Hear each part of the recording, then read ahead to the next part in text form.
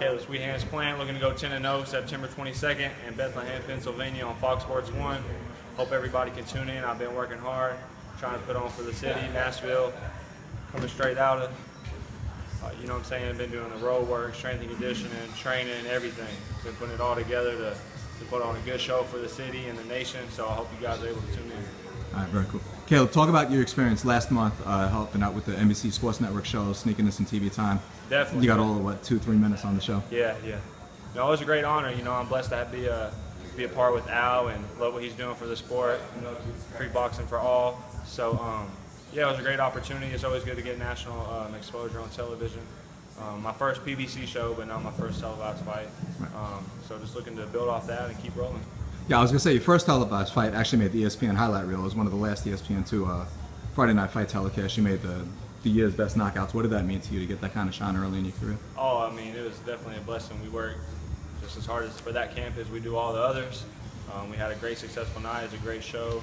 Always fun to go to Vegas, so looking to go back soon, you know. So.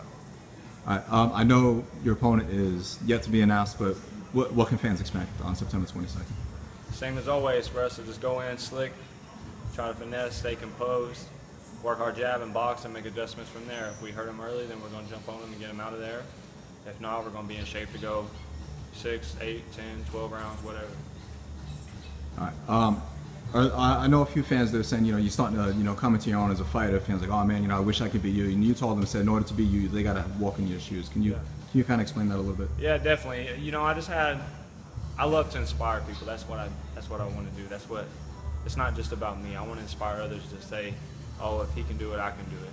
I know y'all probably heard that before, but as corny as it is, that's what I want to do. I want to inspire others to chase their dreams. But at the same time, I was getting a lot of comments and messages talking about they wish they were me, they wish they was in my shoes, they wish they were doing what I was doing, or they want to start boxing because their job ain't paying all their bills, and they don't realize that it's not an overnight thing. I've been putting in work for years and years and years. And in order to be in the same exact place that I am, you would have to walk in the same exact shoes that I was. And I was saying that there's a lot of nails in those shoes. I've had to step on a lot of nails. I've taken a lot of losses to keep my perfect record. I've taken a lot of losses out there to keep a perfect record in here. And there's a lot of things that people don't see behind the scenes, and when the curtains are closed, all the hard work, all the dieting, all the sacrifices, and all the things that me and my fiance Carmen have had to endure outside of boxing, and even in my childhood growing up the way I did. So I want people to get the full story and the full picture before they start wishing they were me. You know what I'm saying? At the same time, when you wish to be me, you're limiting yourself to what you might be able to be yourself. You know what I'm saying? I don't want to be Floyd. I don't want to be LeBron James. I don't want to be Michael Jordan, because as great as they are, what if I was limiting myself to what I could actually be? You know what I'm saying? So. I mean, it's an amazing journey time, especially you only turned pro last year, and you've already had, like you said, you had to endure so much out of the ring. Do you think this only makes you stronger, like even before you hit the, the true prospect and contender level? Yeah, definitely. I think as a child, the things that we went through and the way I grew up, nothing can ever prepare you for losing a daughter or losing a child. But I feel like some of those things that I went through somewhat toughened me and prepared me for the things that was going to come with Aaliyah, and also the things that happened with Aaliyah are also going to prepare me for the tougher things in boxing. For a lot of people, the toughest thing they ever do is box or fight or step in the ring. But that's not the case with me, you know what I'm saying? That's not the hardest thing that I've been through. So it makes it a little bit easier when I step in the ring, or when I go into training, or when I'm on my last hill sprint, to think, oh, if Aaliyah could go through all that in 19 months, this should be a breeze for me. Yeah. I mean, not to put a silver lining on it at all. I mean, but do you feel like you kind of, the rest of your career, you have a guardian angel looking over you?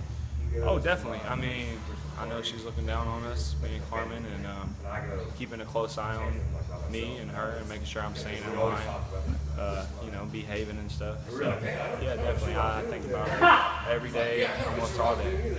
So, yeah, definitely.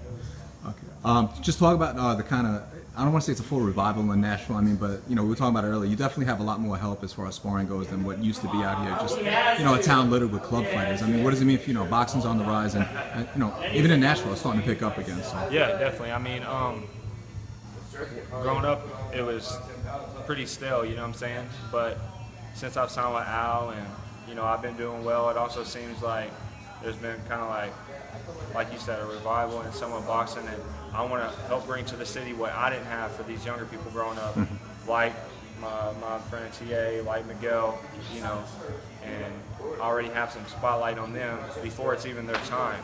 That way, when they get there, you know, they've had interviews, they've been to fights, they know what it's like, you know what I'm saying? It's not just a complete night and day difference. So it's something that they can gradually grow into as I hopefully try to bring something to Nashville, possibly the Bridgetown or something, as long as I keep performing the way I am. So. All right, 12 months from now, where do you see yourself? Like what weight, what platform, what level of contender? Yeah, I mean, next year we're looking to get Prospect of the Year. You know, obviously we're going to have to step up in competition to do that. It's a process. You know, I'm growing, the team is growing. It's a business. But yeah, we're looking for Prospect of the Year. I'm trying to stay, I'm 6'1½", but you know, I'm trying to stay at 160 as long as I can, as long as that's a healthy weight for me. And right now it is, and it looks like it will continue to be for a while. So we're looking to stay there as long as we can, and just, you know, hopefully some type of world title by the end of 2017. I mean, there's a lot going on in the middleweight division right now, especially in the next couple of months. You got Gennady Golovkin and David Lemieux. You got Miguel Cotto and Canelo Alvarez. You got any thoughts on those two fights?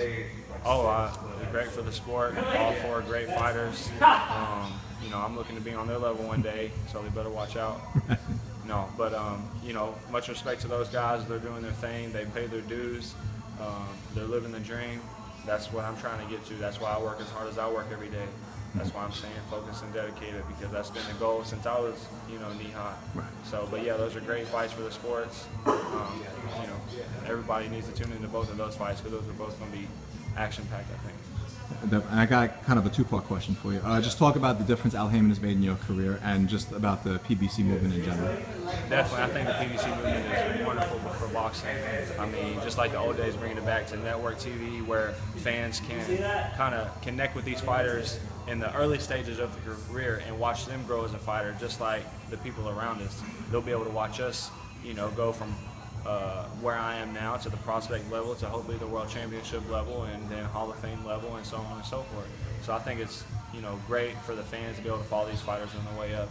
It's great for us to get that exposure, the ones who are getting it. And then also just sound with Al, I mean, you know, he's the best in the sport. I was blessed enough to get on him before I even had a fight. You know, I feel like with my amateur career that I had, he thought that I was worthy enough to go ahead and pick me up with being an Olympic alternate, Olympic trialist, going to go national champ, and doing well in the WSB. So yeah, it's half of it wants to be surreal, and the other half is just knowing I'm exactly where I should be from all my hard work and dedication. So great feeling. All right, definitely. Any final message for your fans, your supporters, anyone who hasn't experienced Sweet Hands in the Ring yet? Yeah, definitely. Just be on the lookout. We're working hard. You can follow me on Instagram, Facebook, and Twitter at Caleb Plant. I appreciate all the support and all the love. Keep tuning in. We're looking to put a show on every time, and God bless. Cool. Thanks, Caleb.